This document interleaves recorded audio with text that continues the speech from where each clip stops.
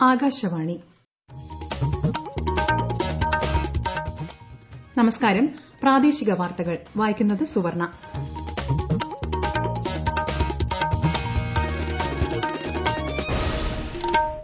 പ്രധാന വാർത്തകൾ.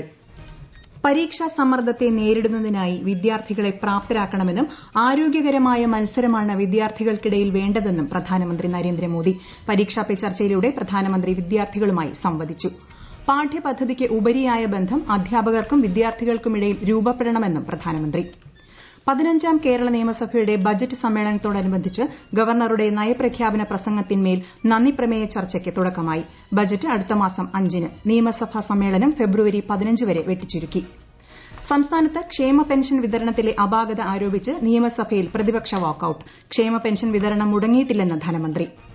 സംസ്ഥാനത്ത് 23 തദ്ദേശ സ്വയംഭരണ വാർഡുകളിൽ അടുത്ത മാസം 22-ന് നടക്കുന്ന ഉപതെരഞ്ഞെടുപ്പിന്റെ വിജ്ഞാപനം ഇന്ന്.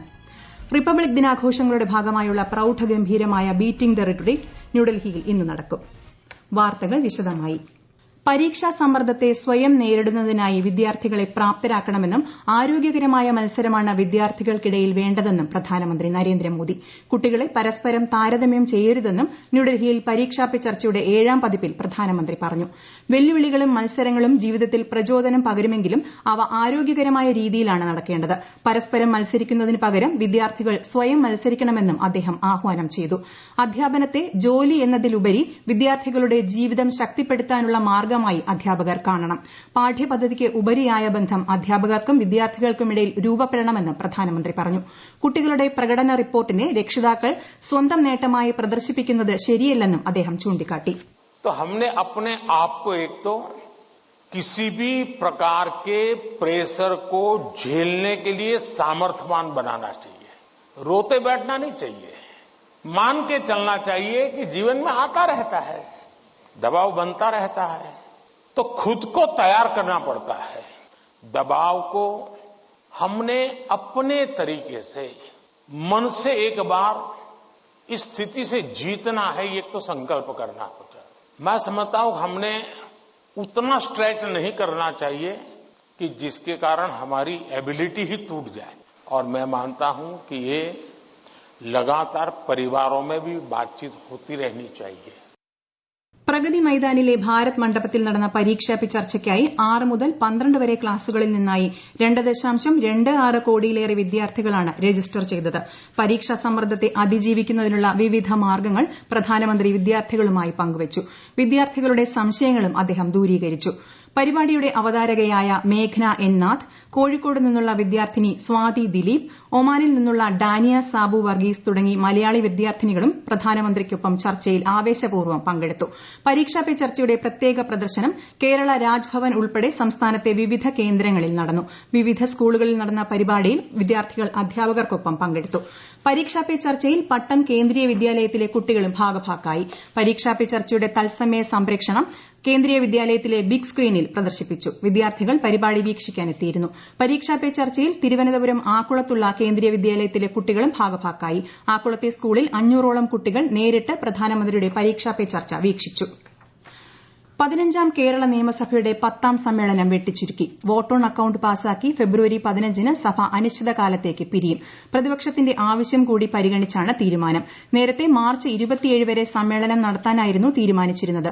ബജറ്റ് ഫെബ്രുവരി 5-ന് അവതരിപ്പിക്കും. ബജറ്റ് ഫെബ്രുവരി 2-ലേക്ക് മാറ്റണമെന്ന പ്രതിപക്ഷത്തിന്റെ ആവശ്യം സർക്കാർ നിരാകരിച്ചു. ഫെബ്രുവരി 12 മുതൽ 15 വരെ ബജറ്റ് ചർച്ച നടക്കും. ഗവർണറുടെ നയപ്രഖ്യാപനത്തിന്മേലുള്ള നന്ദിപ്രമേയ ചർച്ചകൾ സഭയിൽ ഇന്ന് നടക്കും. നന്ദിപ്രമേയ ചർച്ച ഈ മാസം 31 വരെ തുടരും. സംസ്ഥാനത്ത് ക്ഷേമ പെൻഷൻ വിതരണത്തിൽ അപാകത ഉണ്ടെന്നാരോപിച്ച് പ്രതിപക്ഷം നൽകിയ അടിയന്തര പ്രമേയത്തിന് അവതരണാനുമതി നിഷേധിച്ചതിനെ തുടർന്ന് പ്രതിപക്ഷം സഭയിൽ നിന്നും ഇറങ്ങിപ്പോയി. കോൺഗ്രസിലെ PC വിഷ്ണുനാഥാണ് അടിയന്തര പ്രമേയത്തിന് നോട്ടീസ് നൽകിയത്. ക്ഷേമ പെൻഷൻ വിതരണത്തിൽ കുടിശ്ശികയുണ്ടെങ്കിലും വിതരണം മുടങ്ങിയിട്ടില്ലെന്ന് ധനമന്ത്രി ബാലഗോപാൽ പറഞ്ഞു. ക്ഷേമ പെൻഷൻ വർദ്ധിപ്പിക്കുന്നത് സർക്കാരിന്റെ പരിഗണനയിലാണെന്ന് അദ്ദേഹം സഭയെ അറിയിച്ചു. 18 മാസത്തെ കുടിശ്ശിക പലയിടത്തും നിലനിൽക്കുകയാണെന്ന് ശ്രീ PC വിഷ്ണുനാഥ് ആരോപിച്ചു. ചക്കിട്ടപ്പാറയിൽ ജോസഫ് ആത്മഹത്യ ചെയ്തത് ക്ഷേമ പെൻഷൻ മുടങ്ങിയതുകൊണ്ടാണെന്ന് പ്രതിപക്ഷ നേതാവ് VD സതീശനും പറഞ്ഞു. പെൻഷൻ വിതരണം ഊർജിതമാക്കാനുള്ള നടപടികൾ എടുത്തിട്ടുണ്ട്. മാത്രമല്ല കേന്ദ്രം കുടിശ്ശിക നൽകുന്നതോടെ പെൻഷൻ വിതരണം സുഗമമാകുമെന്നും ധനമന്ത്രി സഭയെ അറിയിച്ചു. തുടർന്ന് പ്രതിപക്ഷം സഭയിൽ നിന്നും ഇറങ്ങിപ്പോയി. സംസ്ഥാനത്തെ സർക്കാർ ആശുപത്രികളിൽ അവശ്യ മരുന്നുകൾ സ്റ്റോക്ക് ഉണ്ടെന്ന് മന്ത്രി വീണ ജോർജ് നിയമസഭയിൽ ചോദ്യോത്തരവേളയിൽ സംസാരിക്കുകയായിരുന്നു മന്ത്രി. സർക്കാർ ആശുപത്രികളിൽ രോഗികൾക്കുള്ള മരുന്ന് വിതരണം തടസ്സപ്പെടുന്നില്ല. അവശ്യ മരുന്നുകൾ കുറവുള്ള ആശുപത്രികളിൽ അത് ലഭ്യമാക്കാൻ നടപടിയെടുത്തു വരുന്നതായും ആരോഗ്യമന്ത്രി അറിയിച്ചു. കേരളീയം എല്ലാ വർഷവും നവംബർ 1 മുതൽ സംഘടിപ്പിക്കുമെന്ന് മുഖ്യമന്ത്രി പിണറായി വിജയൻ. നിയമസഭയിൽ ചോദ്യോത്തരവേളയിൽ സംസാരിക്കുകയായിരുന്നു അദ്ദേഹം. സംസ്ഥാനത്തിന്റെ സംസ്കാരവും വികസനവും ലോകത്തിന് മുന്നിൽ അവതരിപ്പിക്കുന്നതിനൊപ്പം ലക്ഷ്യബോധത്തോടെയുള്ള പ്രവർത്തനങ്ങൾ നടത്താനും കേരളീയത്തിലൂടെ സാധിച്ചതായി മുഖ്യമന്ത്രി പറഞ്ഞു. ഈ വാർത്തകൾ ആകാശവാണിയിൽ നിന്ന്. ആകാശവാണി വാർത്തകളും വാർത്താധിഷ്ഠിത പരിപാടികളും all India radio news Thiruvananthapuram എന്ന യൂട്യൂബ് ചാനലിൽ ലഭ്യമാണ്.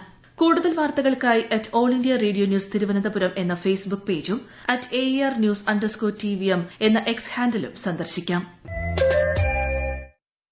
കേന്ദ്ര വിദ്യാഭ്യാസ സ്ഥാപനങ്ങളിൽ സെൻട്രൽ എഡ്യൂക്കേഷൻ ഇൻസ്റ്റിറ്റ്യൂഷൻ നിയമം 2019 പ്രകാരം അധ്യാപക തസ്തികയിലേക്ക് നേരിട്ടുള്ള നിയമനത്തിന് സംവരണം നൽകിയിട്ടുണ്ടെന്ന് വിദ്യാഭ്യാസ മന്ത്രാലയം. സമൂഹമാധ്യമ പോസ്റ്റിലാണ് മന്ത്രാലയം ഇക്കാര്യം വ്യക്തമാക്കിയത്. ഈ നിയമം നടപ്പാക്കിയതിനു ശേഷം ഇത്തരം തസ്തികകളിലെ സംവരണം മാറ്റിയിട്ടില്ലെന്നും മന്ത്രാലയം വ്യക്തമാക്കി. അധ്യാപക നിയമനത്തിലെ സംവരണം സംബന്ധിച്ച ഈ നിയമപ്രകാരം മാത്രമേ ഒഴിവുകൾ നികത്താവൂ എന്ന് എല്ലാ കേന്ദ്ര വിദ്യാഭ്യാസ സ്ഥാപനങ്ങൾക്കും നിർദ്ദേശം നൽകിയിട്ടുണ്ടെന്നും മന്ത്രാലയം അറിയിച്ചു. ഭരണപരാജയം മറച്ചുവെക്കാൻ കലാപം നടത്താൻ ആളുകളെ തള്ളിവിടുകയാണ് കേരള സർക്കാർ ചെയ്യുന്നതെന്ന് ബിജെപി സംസ്ഥാന അധ്യക്ഷൻ കെ സുരേന്ദ്രൻ. ബിജെപിയുടെ പദയാത്രയോടനുബന്ധിച്ച് കണ്ണൂരിൽ വാർത്താസമ്മേളനത്തിൽ സംസാരിക്കുകയായിരുന്നു അദ്ദേഹം. മുഖ്യമന്ത്രി നിയമവാഴ്ച ലംഘിക്കുകയാണ്. പോലീസ് പൈലറ്റ് വാഹനത്തിന്റെ വേഗത കുറച്ച് ഗവർണറുടെ വാഹനം തടയുന്നതിനുള്ള സൌകര്യം ചെയ്തു കൊടുക്കുകയാണെന്നും അദ്ദേഹം ആരോപിച്ചു.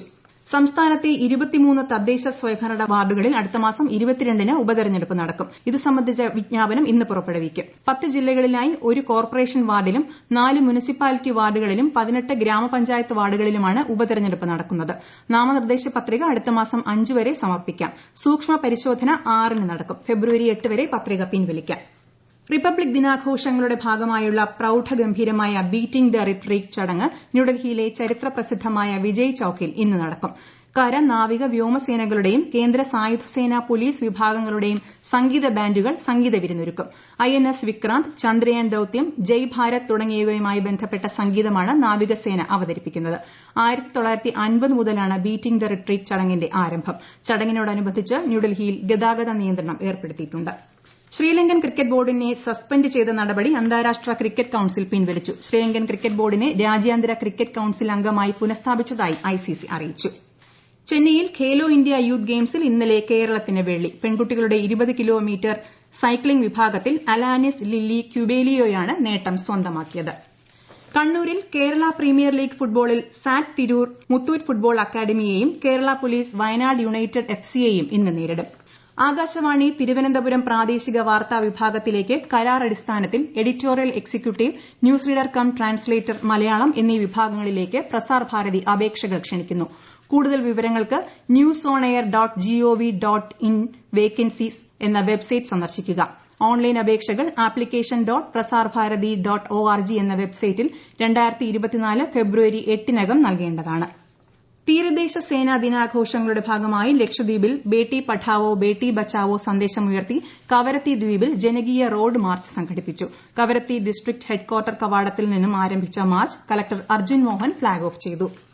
കോൺഗ്രസ് സംഘടിപ്പിച്ച DGP ഓഫീസ് മാർച്ചിന് നേരെയുണ്ടായ പോലീസ് അതിക്രമത്തിൽ കേന്ദ്ര ആഭ്യന്തര മന്ത്രാലയം സംസ്ഥാന സർക്കാരിനോട് വിശദീകരണം തേടിയതായി Shri K Muraleedharan MP Lok Sabha speaker Om ബിർളയ്ക്ക് അയച്ച പരാതിയെ തുടർന്നാണ് നടപടി. 15 ദിവസത്തിനകം വിശദീകരണം സ്പീക്കർക്ക് കൈമാറണമെന്നാണ് നിർദ്ദേശം. ഡിസംബർ 23-ന് തിരുവനന്തപുരത്ത് KPCC നടത്തിയ മാർച്ചിന് നേരെയാണ് പോലീസ് അക്രമം ഉണ്ടായത്. രാജ്യത്തെ തന്നെ മാതൃകാപരമായ പ്രവർത്തനം കാഴ്ചവെക്കുന്ന കോഴിക്കോട് ഉദയം പദ്ധതിയെ കൂടുതൽ ജനകീയമാക്കുന്നതിന് ഏകദിന ക്യാമ്പയിൻ സംഘടിപ്പിക്കുമെന്ന് ജില്ലാ കളക്ടർ സ്നേഹിൽ കുമാർ സിംഗ് അറിയിച്ചു. ജില്ലയിലെ വിദ്യാർത്ഥികളിൽ സാമൂഹ്യ പ്രതിബദ്ധത വളർത്താൻ ഈ മാസം 31-ന് ക്യാമ്പയിൻ സംഘടിപ്പിക്കുമെന്ന് അദ്ദേഹം വാർത്താസമ്മേളനത്തിൽ പറഞ്ഞു. പ്രധാന വാർത്തകൾ വീണ്ടും.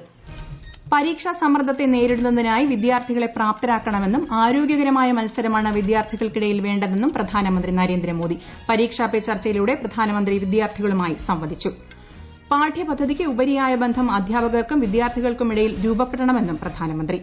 15ാം കേരള നിയമസഭയുടെ ബജറ്റ് സമ്മേളനത്തോടനുബന്ധിച്ച് ഗവർണറുടെ നയപ്രഖ്യാപന പ്രസംഗത്തിന്മേൽ നന്ദിപ്രമേയ ചർച്ചയ്ക്ക് തുടക്കമായി. ബജറ്റ് അടുത്ത മാസം 5-ന്. നിയമസഭാ സമ്മേളനം ഫെബ്രുവരി 15 വരെ വെട്ടിച്ചുരുക്കി. സംസ്ഥാനത്ത് ക്ഷേമ പെൻഷൻ വിതരണത്തിലെ അപാകത ആരോപിച്ച് നിയമസഭയിൽ പ്രതിപക്ഷ വാക്കൌട്ട്. ക്ഷേമ പെൻഷൻ വിതരണം മുടങ്ങിയിട്ടില്ലെന്ന് ധനമന്ത്രി. സംസ്ഥാനത്ത് 23 തദ്ദേശ സ്വയംഭരണ വാർഡുകളിൽ അടുത്ത മാസം 22-ന് നടക്കുന്ന ഉപതെരഞ്ഞെടുപ്പിന്റെ വിജ്ഞാപനം ഇന്ന്. റിപ്പബ്ലിക് ദിനാഘോഷങ്ങളുടെ ഭാഗമായുള്ള പ്രൌഢഗംഭീരമായ ബീറ്റിംഗ് ദ റിട്രീറ്റ് ന്യൂഡൽഹിയിൽ ഇന്ന് നടക്കും. പ്രാദേശിക വാർത്തകൾ കഴിഞ്ഞു.